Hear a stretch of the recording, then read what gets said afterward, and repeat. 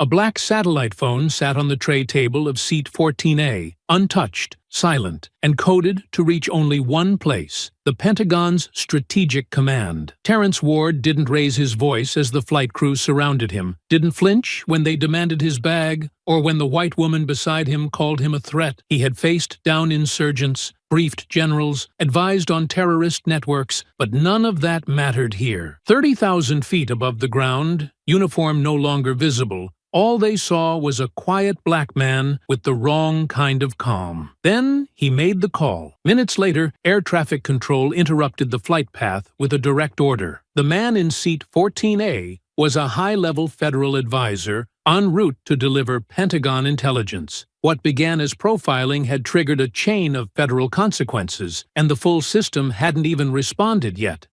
Before we go any further, comment where in the world you are watching from and make sure to subscribe, because tomorrow's story is one you don't want to miss. The seatbelt sign was off, but the tension pressing down across row 14 felt tighter than any strap could hold. Major Terrence Ward sat in the aisle seat, shoulders relaxed, his tall frame angled just enough to give the window passenger room to breathe. He hadn't spoken since takeoff, hadn't so much as looked toward the woman in 14B beyond a polite nod when she sat down, yet her discomfort had been simmering since wheels up. And now it was beginning to boil. She shifted again, arms crossed tight over her chest. Her legs angled sharply away from him, as if proximity alone were a threat. The flight was smooth, the engine steady. The murmurs of conversation and the occasional ding of a flight attendant call button echoing softly through the cabin. But here, right beside her, it might as well have been a combat zone the way she kept glancing at him, jaw tight, breath shallow, eyes flicking down toward the small black duffel under his seat, like it was ticking. Terrence felt it, of course, not just the side glances or the tension in her posture, but the deeper shift, that subtle charge in the air, the kind that trained men learned to recognize before danger unfolded. He didn't move, didn't speak, just kept his hands on the armrest, one thumb lightly brushing the edge of his boarding pass, the other resting on his thigh. Calm, measured, unthreatening. He'd learned long ago that nothing escalated a situation faster than defending yourself too early. The flight attendant passed by, smiling absently as she checked belts and trays. Cassandra Myers leaned in and tapped her arm, her voice hushed but urgent. "Excuse me, I'm sorry, I'm not trying to cause trouble, but the man next to me, I don't feel safe." The attendant blinked, caught off guard, then leaned down slightly. "Is something wrong? I don't know. He hasn't said anything, but something's off. I think he might have a weapon. He keeps reaching near his bag." Terrence didn't flinch. He kept his eyes forward, jaw tight now, chest rising slowly beneath his gray sweater. The attendant glanced down, then looked toward him, uncertainty flickering in her expression. Terrence turned to meet her gaze for the first time. "Is there a problem?" The woman hesitated. Her training told her to de-escalate, to ask neutral questions, but the passenger beside him was already breathing faster, already twisting her fingers in her lap, already feeding the unease with every nervous glance. Behind them, a man across the aisle leaned forward slightly, watching. A teenager one row up lowered her phone from a game to peek backward. "I'm going to ask you to keep your hands visible, sir," the attendant said carefully, trying to keep her voice even. "There's just been a concern raised. Would you mind opening your bag for me?" Terrence blinked once, slowly. He didn't answer immediately. He didn't need to. The silence stretched just long enough to draw more attention before he finally said, voice quiet and clipped, "What's the concern?" The attendant looked back toward Cassandra, who looked right past her and locked eyes with Terrence, now emboldened. "He keeps touching his bag like there's something in it. I saw him. He checked it 3 times before we took off. He hasn't said a word. That's suspicious, isn't it? He won't even talk to me." Terrence's lips pressed together. His hand hadn't been near the bag once since boarding. He'd adjusted his seatbelt, checked his boarding pass, and then folded his arms. That was it, but it didn't matter. Not when fear had already found a shape to settle into. "Sir," the attendant tried again, her voice firmer now, layered with the stress of rising stakes. "We need to make sure there's no danger on board. Please open your bag." Terence didn't move. "I'm not opening anything without cause," he said, measured and low. "If you believe there's a threat, you call the captain and follow protocol. But I'm not consenting to a search because someone got nervous next to a black man on a plane." There it was, spoken plainly. No edge in his voice, just the kind of calm that carried weight. The attendant straightened, startled. Cassandra drew in a sharp breath and leaned back as if the words themselves were an admission of guilt. "You see, he's being hostile. He's being direct," the man across the aisle muttered.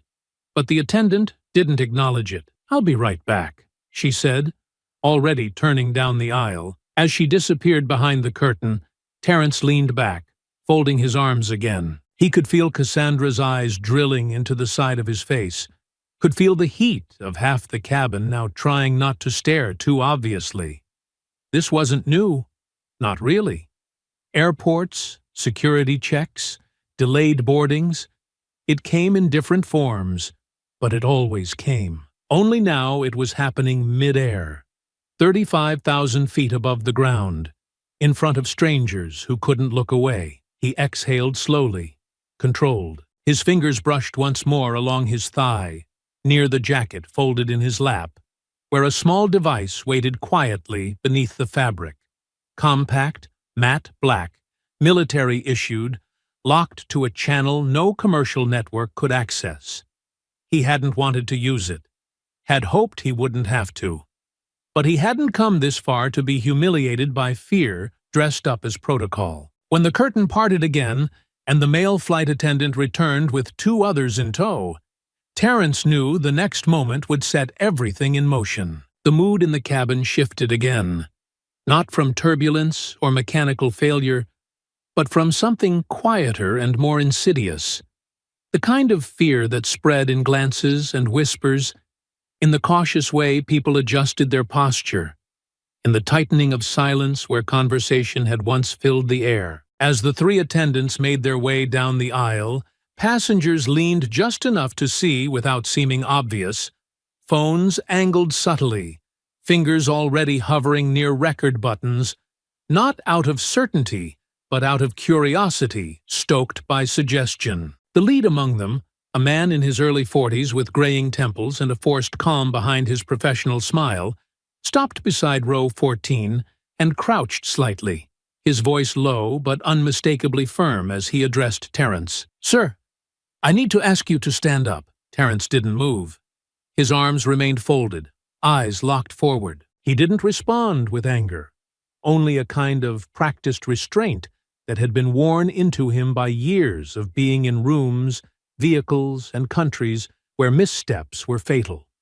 Where the first wrong gesture could write the end of a story no one would ever hear. "For what purpose?" he asked, voice level. "There's been a concern raised about your behavior, and in the interest of everyone's safety, we're asking for full cooperation." Cassandra leaned back, lips pressed into a thin line, watching eagerly now, as though vindication were finally arriving in uniform. The man didn't meet her eyes, but he didn't need to.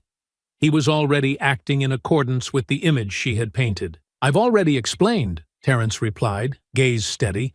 "There's been no behavior. I've been seated, quiet, and respectful since boarding.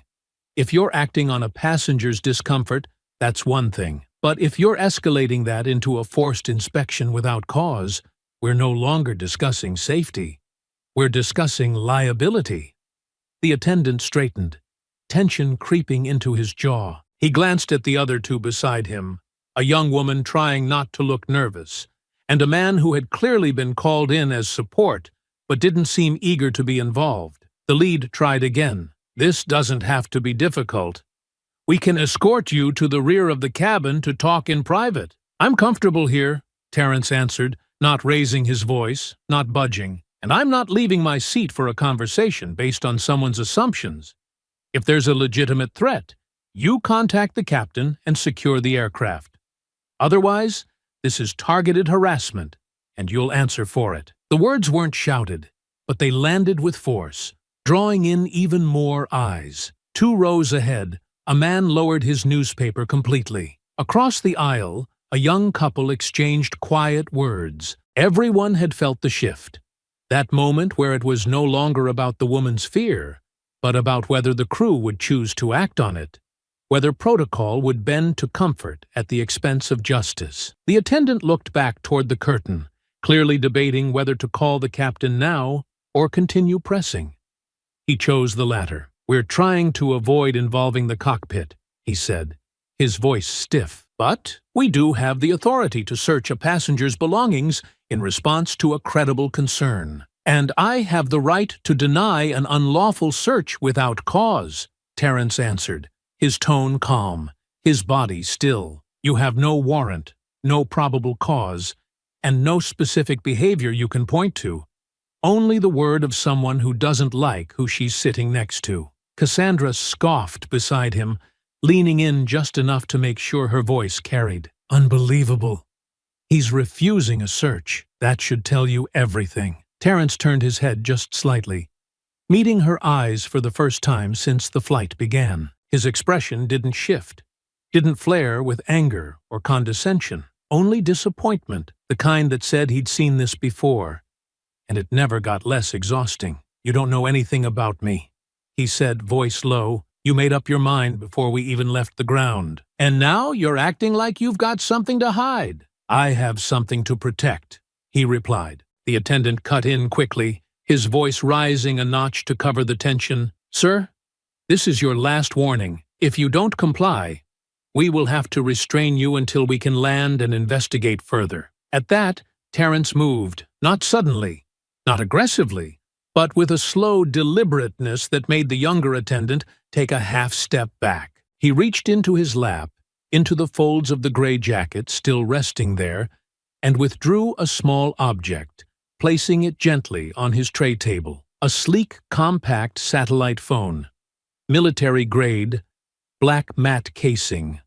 Unmistakable to anyone who knew what they were looking at. The cabin didn't erupt in panic, but the energy shifted again, a ripple of silence moving outward from the center of the plane as passengers caught sight of something they didn't understand, and the crew didn't expect. The lead attendant's mouth opened slightly, unsure whether to call for help or freeze. "I'm placing one call," Terrence said, his eyes steady on the attendant. "I suggest you wait." He dialed with his thumb, then brought the phone to his ear. No speakerphone, no threats, no raised voice. Just a few quiet words exchanged in a tone too flat to be casual. Whatever he said, it didn't last more than 10 seconds. Then he ended the call, set the phone back down, and looked up. "Now," he said, "we wait for the captain." The attendants stood frozen in place, uncertain whether to move, speak, or retreat. Cassandra turned sharply, glancing between them, her mouth tightening as confusion set in. Something had changed. No one knew what exactly, but the weight of it was unmistakable. The silence after the call was thicker than before, drawn across the cabin like a sheet stretched tight, barely holding back the unraveling tension beneath. Terrence hadn't moved since placing the satellite phone on the tray table, and though his posture remained composed, the shift in the room was unmistakable. The presence of the device, and the calm, cryptic confidence with which he'd used it, left the attendants visibly unsettled, their planned course of action now entangled with questions they weren't trained to answer. But uncertainty was a fragile thing in the air, especially when prodded by fear. Cassandra leaned back, but kept glancing at the phone like it might suddenly come to life. Her discomfort had twisted into something sharper now. No longer just fear, but the bruised ego of someone who expected the world to rally behind her claim, and was now watching that control slip away. Her voice was tight when she spoke again, no longer hushed. "He just made a call on a device I've never seen before. I don't know who he's talking to or what he just did. Are we really going to sit here and let this go?" The lead flight attendant turned toward her, visibly unsure, but her words lit a spark. The other passengers, who had been quiet, watching, recording, began to murmur again. this time less certain of who the danger was supposed to be. Still, fear had a way of choosing sides long before facts arrived. The younger male attendant stepped closer, lowering his voice. "Sir, I need you to hand over the phone." "No," Terrence said simply, his tone steady. "It's secure equipment, not for civilian inspection." "I'm not asking," the man snapped, trying to summon authority he didn't fully possess. "You're exceeding your jurisdiction," Terrence replied. "You are not law enforcement, and this is not a threat scenario. You're reacting to a passenger's discomfort. Nothing more." The lead attendant leaned in again, now visibly sweating. "You don't get to dictate our response mid-air, sir. You brought a military device onto a commercial flight and refused inspection. We have a responsibility to protect every passenger." Terrence held his gaze without blinking. "And I've done nothing to compromise that responsibility. The only threat here is the one you're creating." The lead attendant hesitated, then turned slightly, whispering something into the small comms device clipped to his collar. Moments later, the curtain parted again. 2 additional crew members stepped out, and behind them, the captain himself entered the aisle. Broad-shouldered, late 50s, eyes sharp and skin drawn tight from years in pressurized cabins. His expression was unreadable as he approached row 14, surveying the scene with a pilot's practiced calm. "What exactly is the situation here?" he asked, his voice even but edged. Cassandra was the first to answer. "He made a call on some military phone after refusing to be searched. He's acting like he's above the law. I don't feel safe." The captain looked to the flight crew. The lead attendant nodded stiffly. "He refused inspection, then pulled out a secure phone. He claims he's a government official, but he won't identify himself or allow us to verify anything." Terrence looked up at the captain, his eyes steady. "You don't want to do this." "I want my plane to land without incident," the captain replied. "If that means securing a potentially hostile passenger, I'll take that risk." "You're about to make a bigger mistake than you realize," Terrence said, voice low. The captain didn't flinch. "You're being restrained until we land." Before Terrence could respond, the male attendant reached down toward his seatbelt, attempting to unlock it, while another grasped his wrist, not roughly at first, but with the kind of insistence that signaled finality. Terrence didn't resist, not with force, but his body tensed. And when they pulled him from the seat, the effort it took to move him was far greater than they expected. Still, he allowed it. Not because he feared escalation, but because the call had already been made, and what came next was no longer his to manage. Passengers gasped as the scene unfolded. Several phones were out now, recording openly as Terrence was pulled into the aisle, forced to his knees just long enough for restraints to be fastened around his wrists. The captain stepped back as the attendants began to unzip his bag, rifling through it with clumsy urgency. Inside, nothing alarming.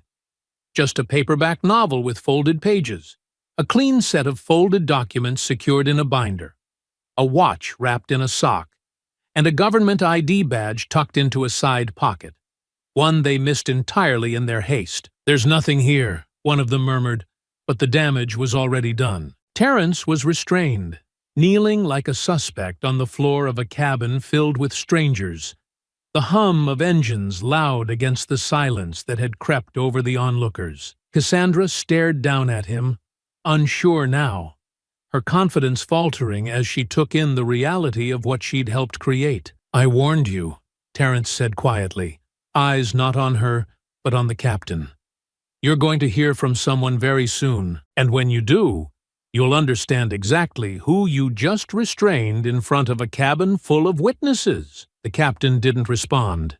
He simply turned and walked back toward the cockpit, his shoulders stiff, his mind clearly working through possibilities he hadn't considered when he first approached. Terrence was lifted and placed back into his seat, still bound, still silent. The phone remained on the tray table, untouched, and as the plane continued its smooth course toward Washington, the tension aboard no longer rested on the suspicion of a single woman or the misjudgment of a nervous crew. It now hovered in the unknown, in the looming sound of consequences that had already taken flight. Terence sat upright, his shoulders drawn back against the seat, but his wrists still cuffed, the tight plastic biting into his skin with every movement. The silence had turned into something more acidic now, a quiet that wasn't peaceful but heavy.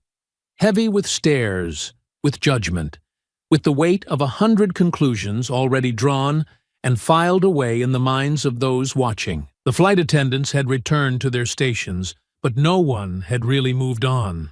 Not the crew, not the passengers, and definitely not Cassandra. She hadn't stopped looking at him since they strapped him down, her posture stiff, her mouth set in a tight line like she was daring him to say something. And when he finally did, it cut through the quiet with a sharpness that made even the row behind them stiffen. "You really feel proud of yourself right now?" he asked, turning to her slowly, his voice no longer patient or reserved. "You really think you did something good?" She blinked, caught off guard that he was speaking to her directly, then crossed her arms like she'd been waiting for this exact moment. "I did what I had to do. You were acting suspicious. You didn't want anyone looking in your bag. You were being secretive." "You mean I was minding my own business?" he shot back, his voice low but full of heat. "Not once did I talk to you. Not once did I look at you sideways, and somehow that's enough to have me dragged out of my seat like a damn criminal? That sound right to you? You pulled out a military phone," she snapped, shifting in her seat to face him. "What regular person has one of those on a plane?" He shook his head, laughing bitterly. "You don't know anything about me, lady. Not my job, not who I am, not what I've done for this country. But you saw a black man with a serious look and decided that meant danger. That's all this was. I didn't see race. Don't start that with me," she said quickly, her voice rising, her face starting to flush. "Don't twist this into something it's not." "You didn't see race?" he repeated, his laugh sharp now. "You sure about that? 'Cause you didn't call the attendants when that white dude across the aisle kept getting up to check the overhead bin. You didn't flinch when the guy 2 rows up dropped his bag and muttered something about forgotten batteries. But me? I sit quiet. Don't say a word. And you just know something's off, right? You were tense. You kept checking your watch, your phone. My flight was delayed, and I've got a briefing in D.C. I'm trying to keep track of time. That's called being professional, not dangerous. But you got nervous, and instead of checking yourself, you decided the whole damn flight needed to stop and revolve around your fear. She scoffed, eyes narrowing. You think you're some kind of martyr now? No. I think I'm a man who's sick of this same damn story playing out over and over again, he said, his voice rising. You don't get to call me a threat and play the victim when it blows back on you. You humiliated me. You got me restrained in front of an entire plane of people. And you still think you're the one who's been wronged? Cassandra leaned forward, her face now inches from his, fury crackling in her eyes. You should have just cooperated. That's what normal people do when they've got nothing to hide. And what? Let you sleep better thinking you were right? I don't owe you comfort. I don't owe you an explanation. You saw me. You judged me, and you enjoyed watching them put their hands on me. She opened her mouth to respond, but hesitated, chest rising and falling faster now. You're a joke, she muttered, her voice shaking. No, you're the joke, he said, leaning slightly closer despite the restraints digging into his wrists. You threw a tantrum in the sky because the world didn't revolve around you for 5 minutes. And now you're just mad the lie you told is starting to fall apart. I didn't lie. You're pathetic, he said back. That did it. Her hand flew up before anyone could stop her, and the sharp crack of skin against skin echoed through the cabin like a gunshot. Gasps rippled up and down the aisle as Cassandra's palm connected with Terrence's face, snapping his head to the side. His cheek reddened instantly, but he didn't flinch, didn't yell, didn't even blink. He turned his head back toward her slowly, his eyes cold, steady, unreadable. She was standing now, hands trembling, chest heaving, as if only in that moment realizing what she'd done and who had seen it. Terrence didn't say another word. He didn't have to. The weight of what had just happened settled over the entire cabin like thunderclouds waiting to burst, and far up in the cockpit, a new voice crackled across the captain's radio. Sharp, urgent, and not from the tower. The call had gone through. The moment hung in the air longer than it should have. Too long for something so violent, so public, so obvious. Cassandra's hand was still raised slightly, as if even she hadn't fully processed the fact that she'd slapped a restrained man across the face in full view of a cabin packed with passengers. Her eyes darted around quickly now, looking not for sympathy, but for support. Some kind of affirmation that what she'd done made sense, that the fear she'd been clutching like armor would still shield her from the weight of what had just happened. But no one said anything. No one nodded. No one even looked at her the same way anymore. Terence didn't speak. He sat there, still bound, the red mark on his cheek already starting to fade. But the heat of humiliation hadn't gone anywhere. His jaw was set now, and the look in his eyes had changed. No longer restrained out of politeness or protocol, but because he knew he wouldn't have to lift a finger for what was coming next. The captain's voice came over the intercom, tight and urgent, and though the words were coded in calm, the tremor beneath them was unmistakable. Ladies and gentlemen, please remain seated. We've received a priority message from air traffic control and will be adjusting our course slightly. Flight crew, report to the cockpit immediately. The attendants didn't hesitate. All four of them moved quickly, whispering to one another as they disappeared behind the first-class curtain. The captain was waiting with the radio still in hand, staring down at the coded message displayed on his console, his face pale beneath the glow of the cockpit lights. It wasn't a threat report. It wasn't a security advisory. It was a direct communication from the Department of Defense, marked Level 2 Override. Do not detain the passenger in 14A. Pentagon clearance confirmed. Comply with all requests immediately. Captain to issue public apology. No delay. The captain read it twice before speaking, his voice low, almost apologetic. Is this real? His first officer didn't answer. He didn't need to. There were only a handful of people in the country who had access to that override code. Whoever the man in 14A really was, he had just turned the entire flight crew into unwilling participants in a federal embarrassment. Back in the cabin, Cassandra sat down slowly, her hands still shaking. The slap had not given her the resolution she expected. It hadn't stopped anything, hadn't put the fear back in the bottle. If anything, the silence had grown heavier since then, and now it felt less like judgment and more like anticipation, like everyone around her was waiting for something to drop. It did. The curtain parted again, and the captain emerged, his expression forced into something composed but hollow. He didn't pause. He walked straight down the aisle to row 14, where Terence sat calmly, arms still bound, eyes locked forward. The captain stopped, took a breath, then leaned slightly so the entire cabin could hear him. "Mr. Ward," he said, the name taken from the badge one of the attendants had pulled from his bag moments earlier. "We've just received communication from national defense authorities. You should not have been restrained. I apologize for the misunderstanding and the treatment you've received on this flight." There it was, out loud. No vague phrasing, no corporate buffering. Just the truth, spoken too late to stop what had already happened. "I've instructed my crew to remove your restraints immediately," the captain continued, his voice stiff, eyes flicking quickly toward the few passengers still filming. "If there is anything you require, we are fully at your disposal." Terence turned his head, slowly this time, his face unreadable. "I want my bag back," he said, voice flat. The attendants brought it forward at once, setting it beside him with quiet, nervous hands. The cuffs were cut loose moments later, and Terence stretched his wrists slowly, not because they ached, but because it felt necessary. Because that slow, deliberate motion spoke louder than anything else could in that moment. "Anything else?" the captain asked.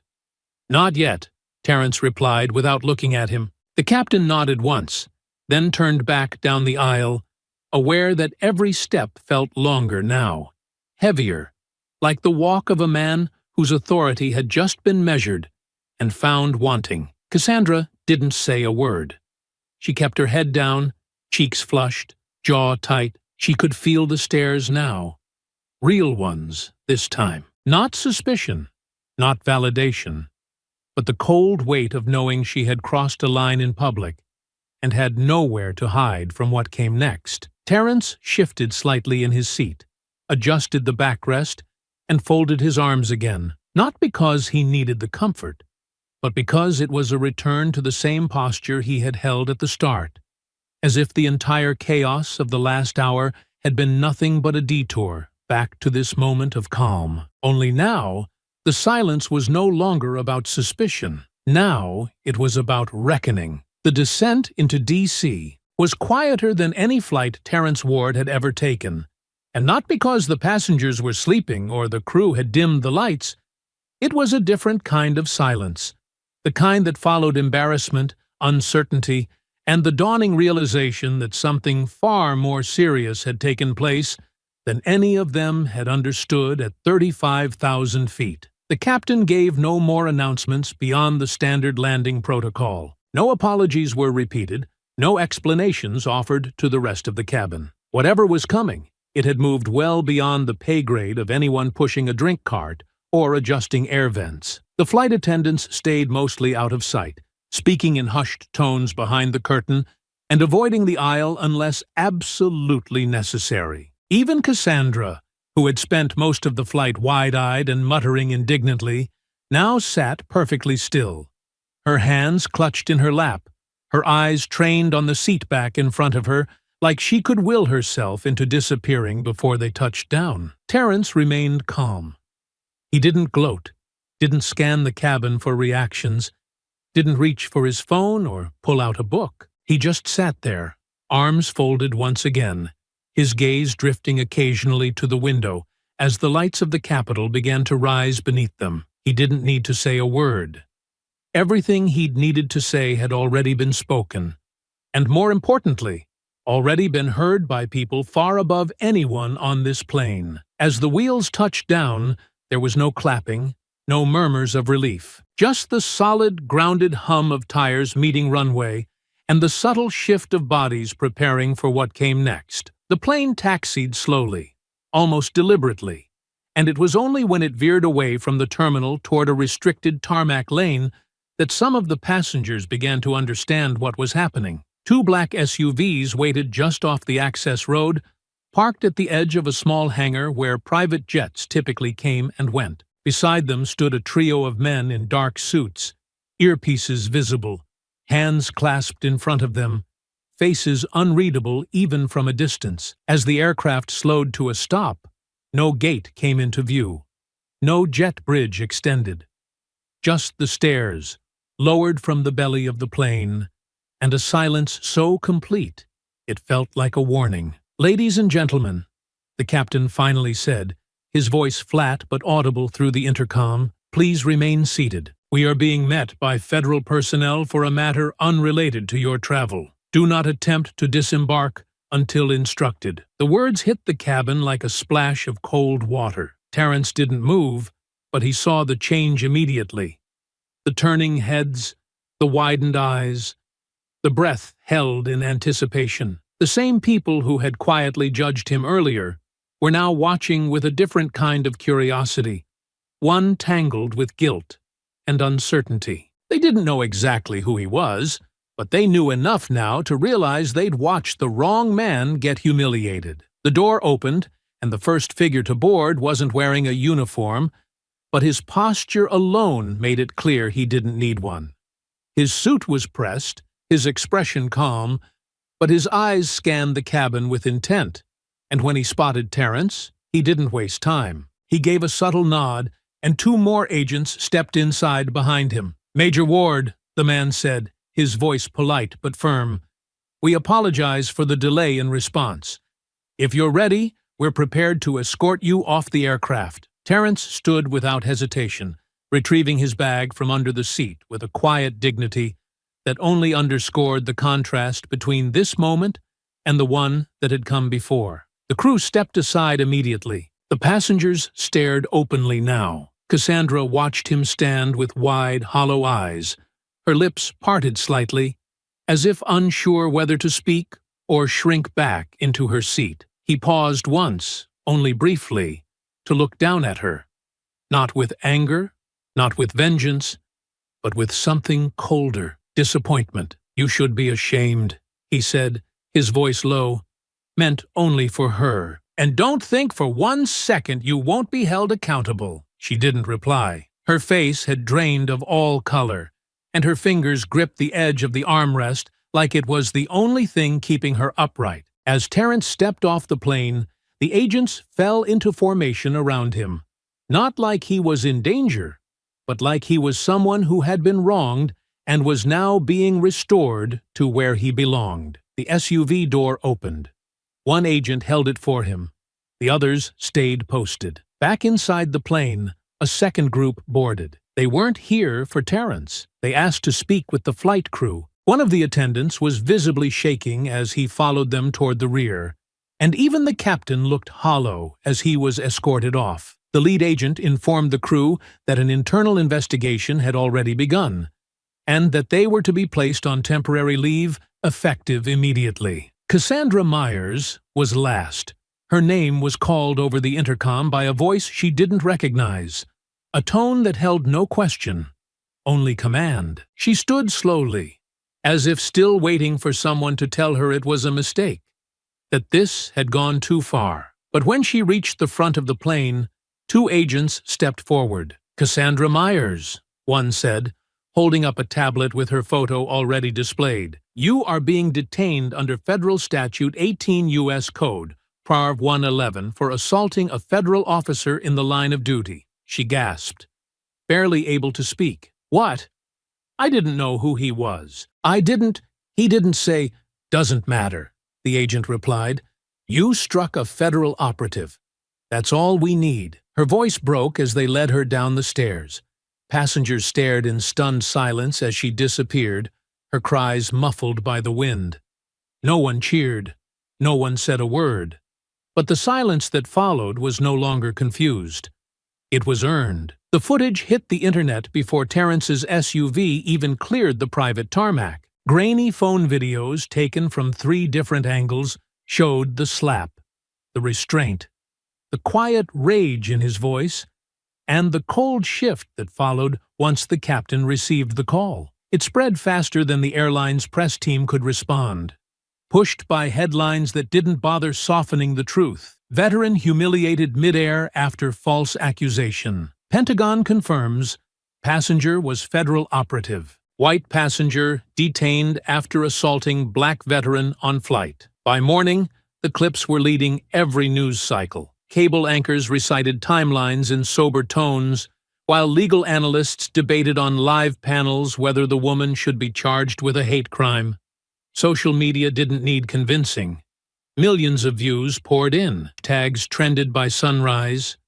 Her major ward, flying while black.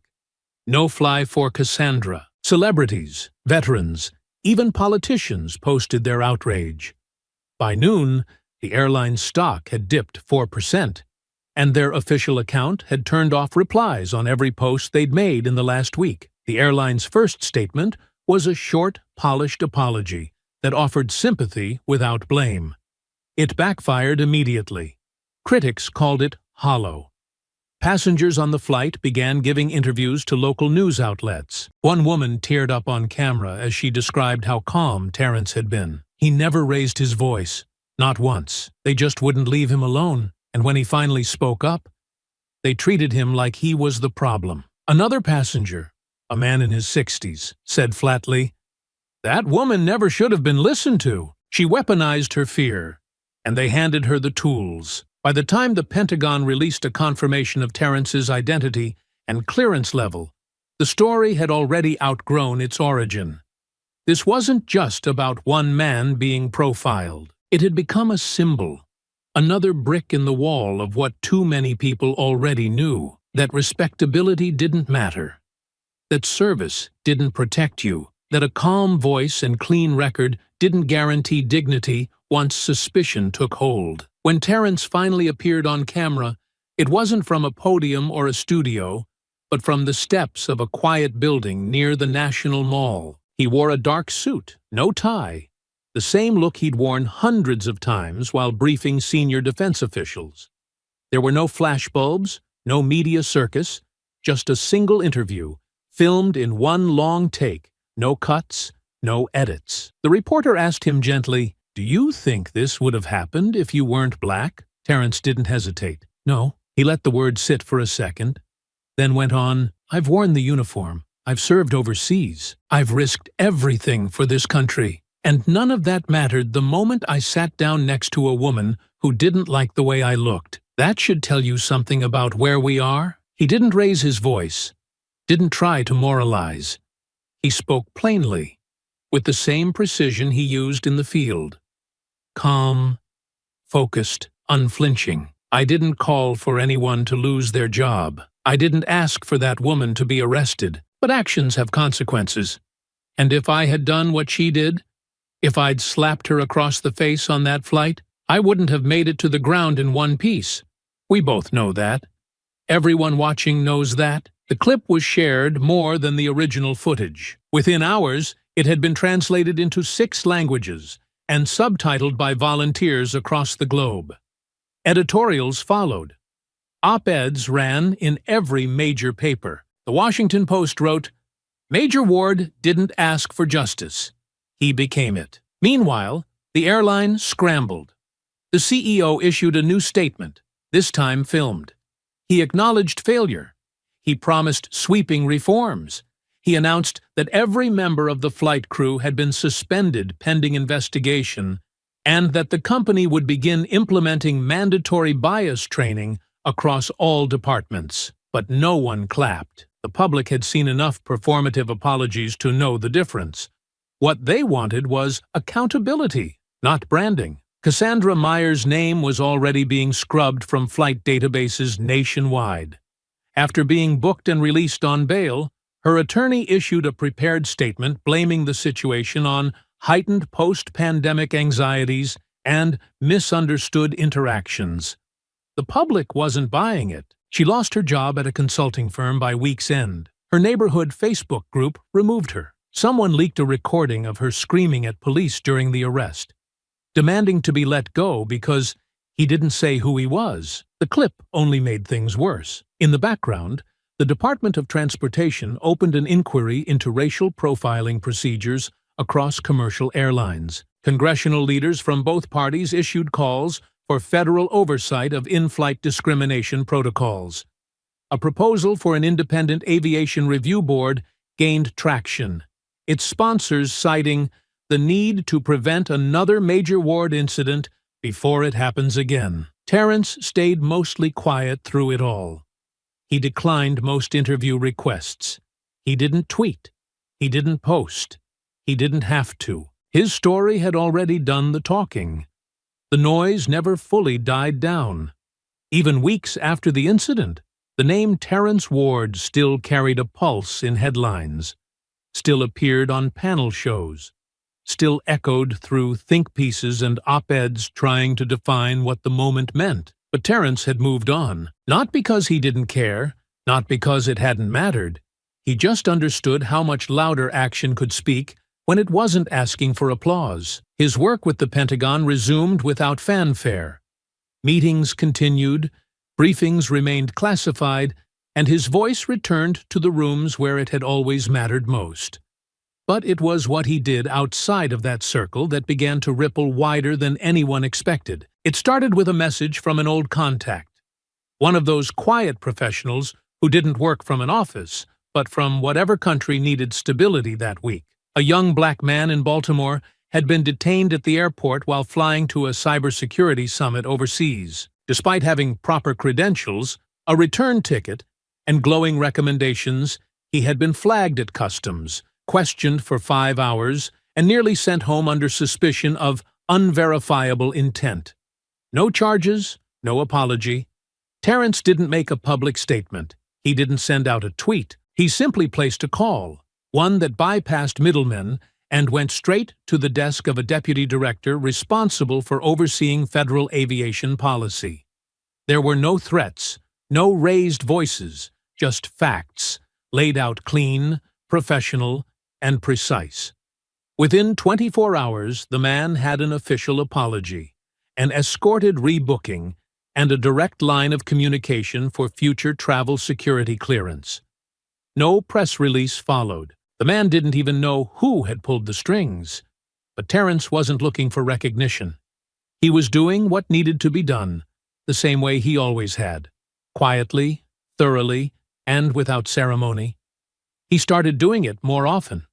A single mother in Atlanta flagged as suspicious for booking last-minute flights on standby. Terrence ensured she was placed on the TSA's expedited verification list. A Nigerian PhD candidate, nearly deported after a database glitch, misread his academic visa. Terrence had it fixed before the university even responded to the inquiry. He wasn't trying to change the world, but he knew exactly how to move through the places where others got stuck, how to open the doors that too many people never even got to knock on, and he did it without needing to tell the world he was doing it. He still declined every speaking invitation.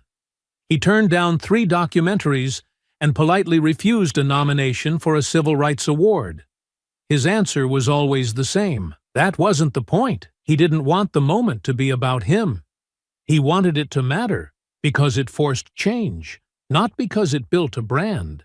And in that quiet, behind-the-scenes way, he'd already started building something bigger than any one person could name. The airline industry began shifting, not all at once, not in perfect ways, but noticeably. New federal guidelines were pushed forward, rooted in what had happened to him. Airport training modules were rewritten. Bias screenings became part of employee evaluations. Security staff were retrained under new oversight, and for the first time in a long while, the story of a man being profiled and dehumanized didn't end with apologies and empty platitudes. It ended with actual structural change. None of that changed what had happened on the plane. It didn't erase the slap. It didn't undo the looks or the silence or the humiliating walk down the aisle in cuffs, but it made sure that next time there might be a pause, long enough for someone to ask the right question instead of assuming the wrong answer. Terrence sat at the edge of a community event one Sunday morning, not as a speaker, but as a guest.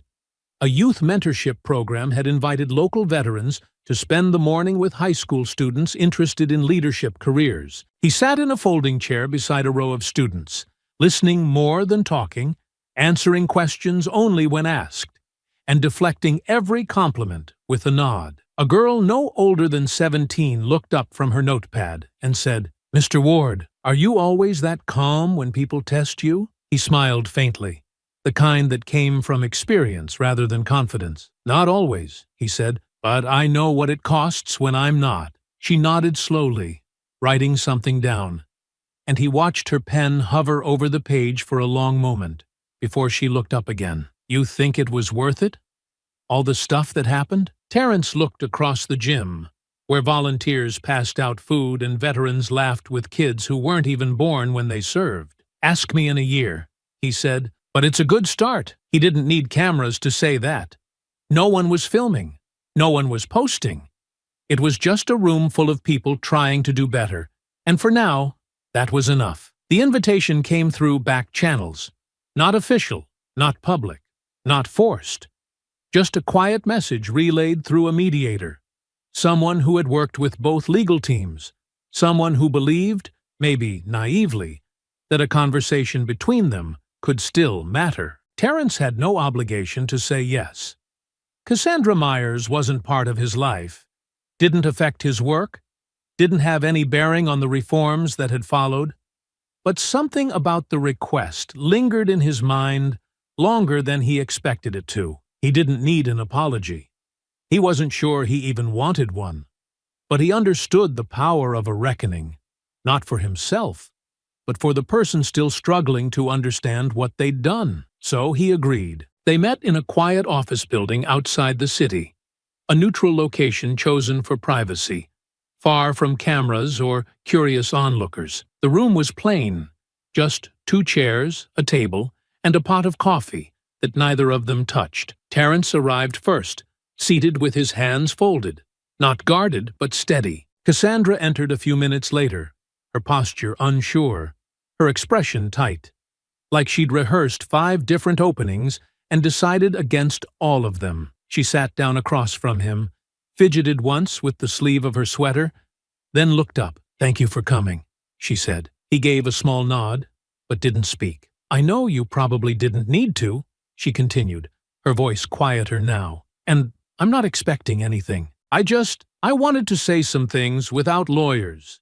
without statements, without a microphone in the room." Terence studied her for a long moment, not judging, but waiting, making space for the words to come on her own terms.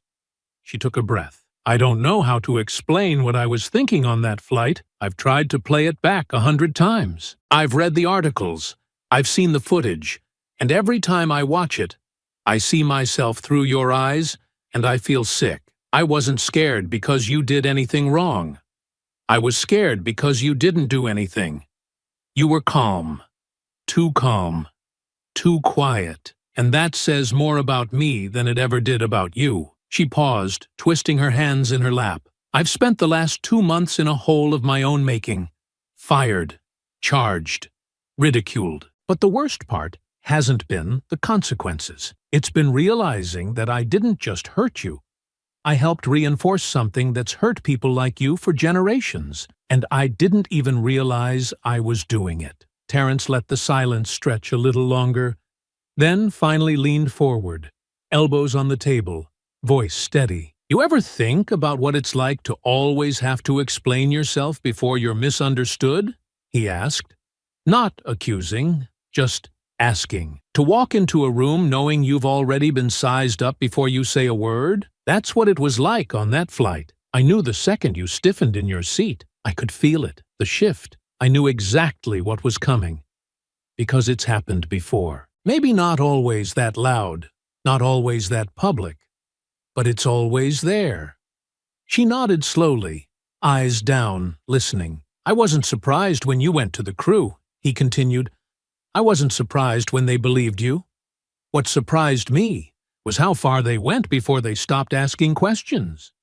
How fast they acted, like I'd done something without a shred of proof." "I'm sorry," she whispered. "I know," he said. He didn't say it gently, but he didn't say it cruelly either.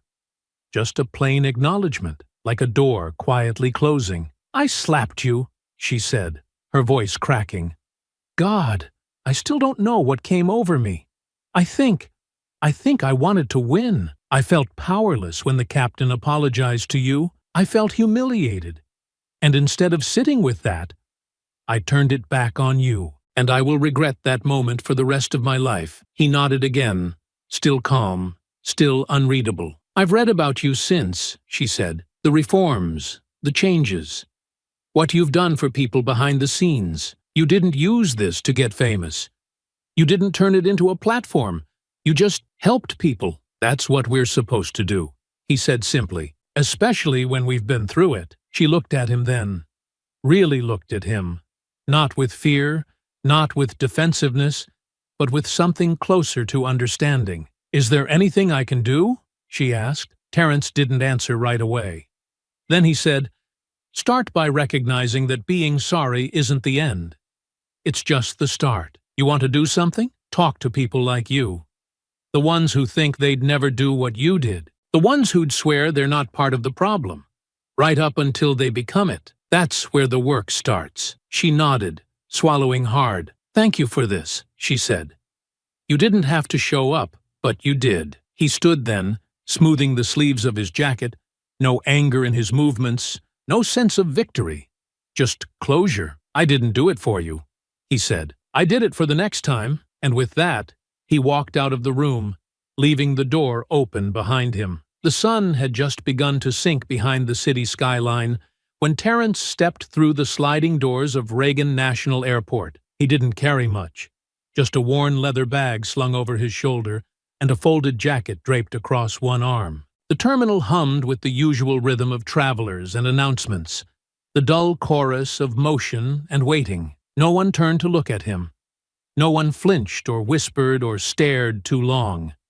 And for once, he was thankful for the quiet. He moved through security without incident. The agent glanced at his ID, paused for a moment longer than usual, then looked up with a nod of recognition. Not dramatic, not performative, just a silent acknowledgement that said, "I know who you are, and you won't be treated that way here." Terrence returned the nod and kept walking. Up ahead, a TSA supervisor stood near the entrance to the checkpoint. She was watching the line closely, scanning for problems, adjusting her headset every few minutes. When she saw Terrence approach, her eyes softened just slightly. "Mr. Ward," she said, stepping forward. "Welcome back. You know me?" he asked, not unkindly. She offered a small smile. "I know what you did, and I know our staff just completed a new round of training based on the protocols that came out of your case." He didn't say anything at first, just met her eyes and held them for a moment. "Good," he finally said. "That's what matters." She extended a hand. He shook it once, then moved on, never breaking stride. The flight was short, just a connector to Charlotte, where he'd meet with a group of veterans launching a new mentorship initiative for at-risk youth. He had no speaking role, no leadership title, just a quiet seat at the table, the kind he'd always preferred. But this flight, this moment, the act of boarding without fear, of being seen without being judged, felt like something new, or maybe something overdue. The crew greeted him like any other passenger. No stiffness, no extra glances. The flight attendant, a young man with a calm voice and steady hands, gestured him to his row with practiced ease. Terrence took his seat, stowed his bag, and settled in by the window. He looked out across the runway, watching as the lights blinked in the fading daylight, and let his thoughts drift. Not toward the incident, not toward Cassandra, or the interviews or the reforms, but toward the people he'd met since, the quiet stories shared in passing, the messages from strangers who'd seen themselves in his silence that day and found courage in it. It wasn't about justice anymore. That had come and gone, public and messy and flawed in all the ways justice often is. This was something different now, something longer lasting. A shift, not in policy or headlines, but in how people thought about the world around them, in how they might hesitate next time, before assuming the worst about someone who looked like him, in how they might stop and ask a question, instead of dialing fear straight into authority. He didn't need applause for that, didn't need to trend. All he needed was the knowledge that maybe, because of what happened, someone else might walk through an airport, sit down on a plane, or speak up in a meeting without wondering if their skin would be seen as a signal. As the plane began to taxi, Terrence reached into his jacket pocket and pulled out a small photograph. Worn at the corners, the color slightly faded. It was an old shot of his unit, taken overseas years ago. Faces young and tired, arms slung over each other's shoulders, dust caked into every crease of their uniforms. Some of those men were gone now. Others had scattered across the country, building quiet lives away from the noise of what they'd survived. But every time he looked at that photo, he remembered why he still fought. Not with weapons or speeches, but with presence, with patience, with the unshakable belief that dignity wasn't something to be requested. It was something to be expected. The wheels left the ground, and as the plane climbed, Terrence leaned back, the photograph still in his hand, the city slowly shrinking below. Somewhere down there, policy meetings would continue, laws would be drafted, training would be improved, people would argue over what had happened, and others would try to forget. But none of that changed the fact that the world had watched, and something had shifted. And up here, in the quiet cabin with no tension, no eyes filled with suspicion, no whispered accusations or apologies on standby, a man who had been humiliated and handcuffed for doing nothing but existing was now flying free, on his own terms, with his own story intact. He slipped the photograph back into his pocket, folded his arms, and let the silence settle around him. Not heavy this time, but earned. I hope you enjoyed that story. Please share it with your friends and subscribe so that you do not miss out on the next one. In the meantime, I have handpicked 2 stories for you that I think you will enjoy. Have a great day.